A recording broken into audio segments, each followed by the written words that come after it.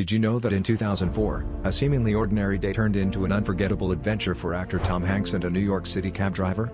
Hanks, known for his down-to-earth persona, flagged down a cab in the bustling streets of Manhattan. As the driver, who was a huge fan, nervously tried to make small talk, Hanks noticed the driver's collection of old typewriters in the backseat, a hobby they both shared. Intrigued and delighted, Hanks suggested they visit a typewriter repair shop together. What started as a simple ride became an impromptu journey through the city, culminating in the duo sharing coffee and stories at the shop. This spontaneous encounter not only made the driver's day but also showcased Hanks' genuine, approachable nature, solidifying his status as one of Hollywood's most beloved and relatable stars.